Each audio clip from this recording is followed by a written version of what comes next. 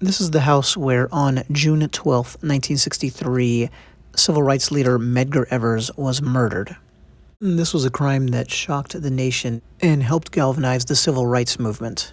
Evers was a husband, a father of three, he was a World War II veteran, and he did a lot of work for the movement. He was a local leader, he helped set up chapters of the NAACP in Mississippi, he was killed in Jackson, Mississippi, fought against segregated schooling, and more, but he paid the ultimate price for all that.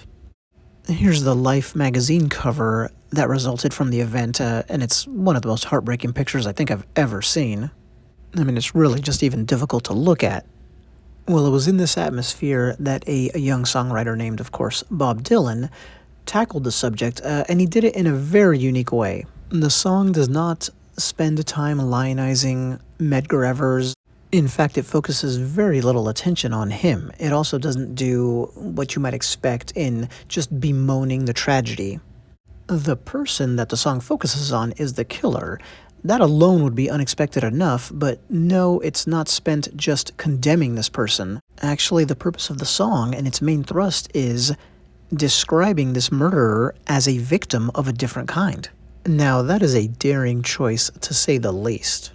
As is this, singing the song to a group of African Americans while still in the shadow of the murder itself.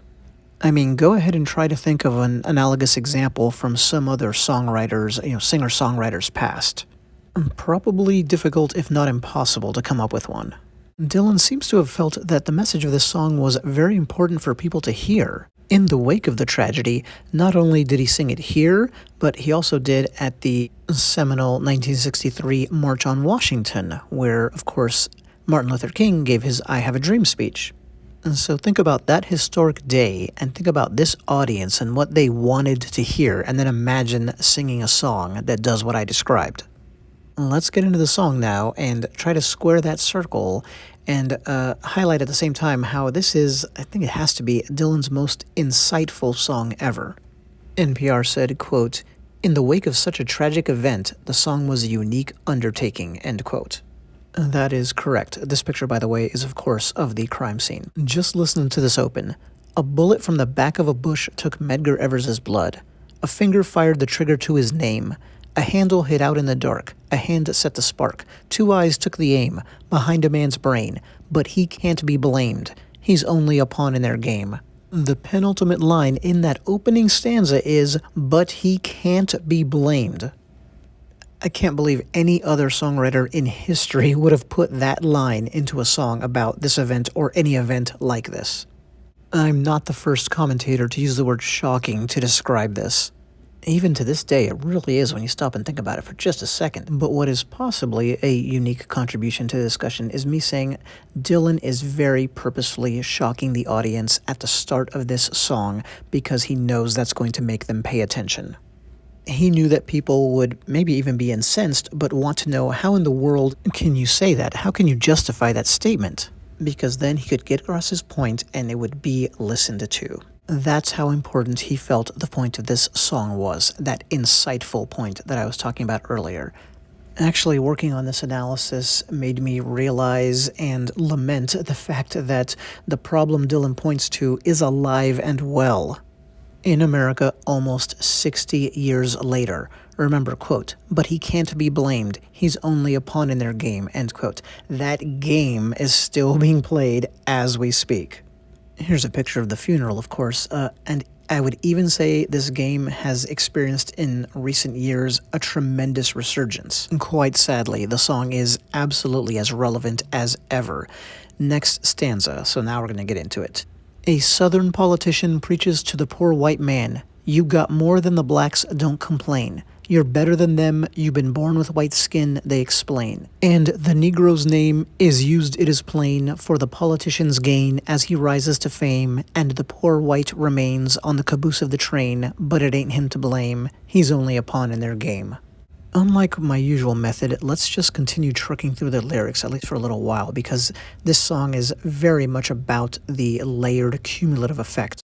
Next stanza. The deputy sheriffs, the soldiers, the governors get paid, and the marshals and cops get the same. But the poor white man's used in the hands of them like a tool. He's taught in his school, from the start by the rule, that the laws are with him to protect his white skin, to keep up his hate so he never thinks straight 'bout the shape that he's in, but it ain't him to blame, he's only a pawn in their game. I'm gonna go right into the next stanza and then stop. It's these three, it's the three in the middle that make the case this song is about.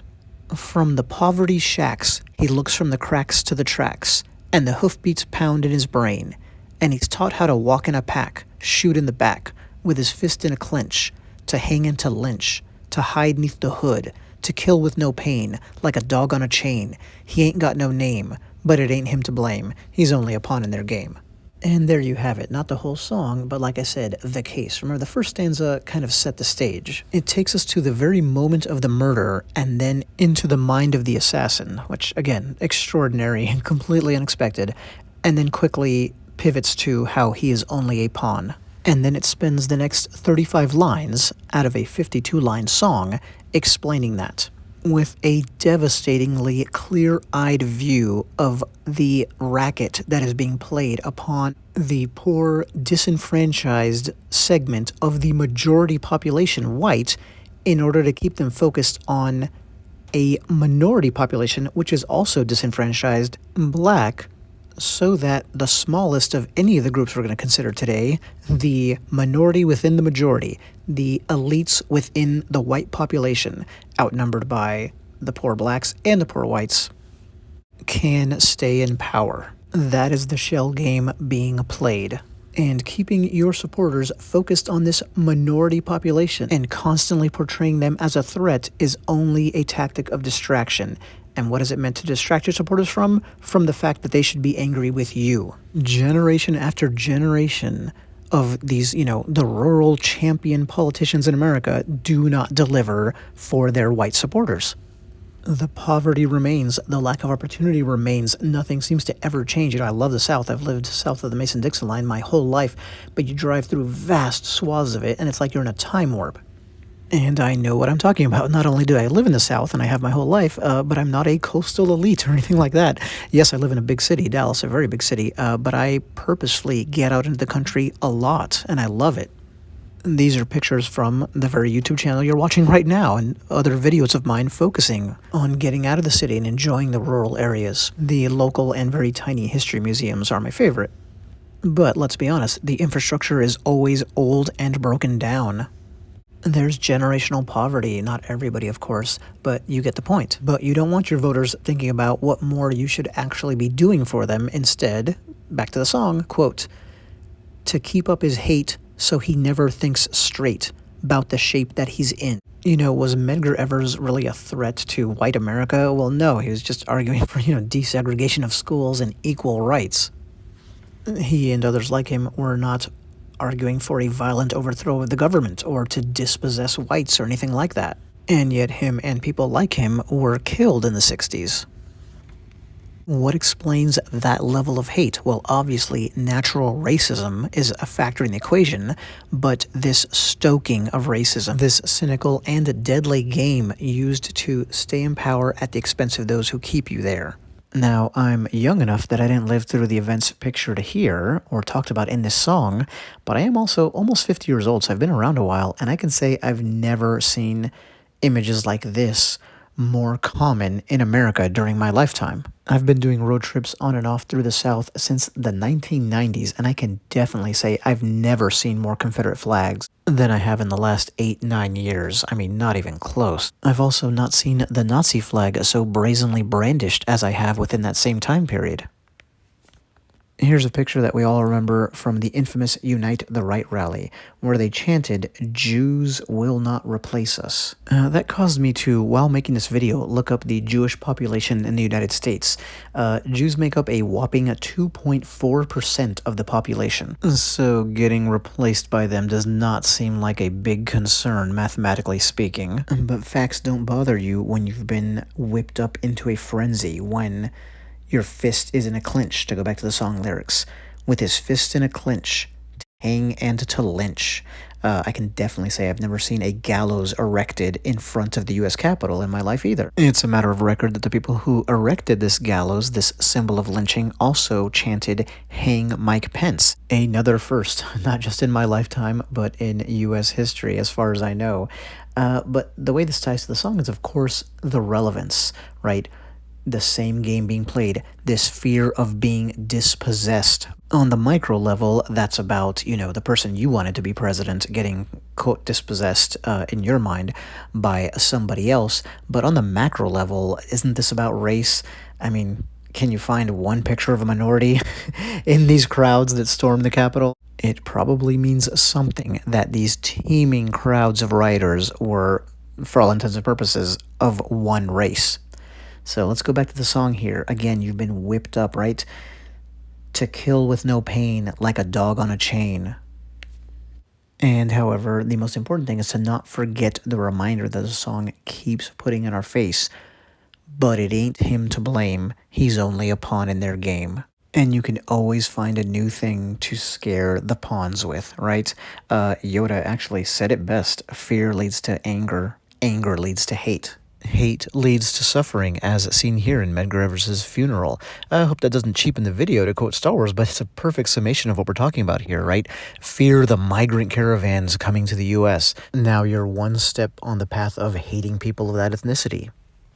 People will tell you to fear that you can't trust the presidential election in your country when, in fact, you can. But if you're taught to fear the deep state, this thing that doesn't exist, now you're angry about a stolen election that wasn't stolen, so now you can hate the politicians. You can hate Mike Pence enough that you want him lynched, even though he actually did nothing wrong. And that is the frightening relevance that this song maintains 6 decades later. And in that time, generation after generation of pawns get used and discarded, because that's what you do with pawns. The people who stormed the Capitol on January 6th, have they received any financial assistance, for their legal bills from the person that sent them? The fabulously, we're told, person that sent them?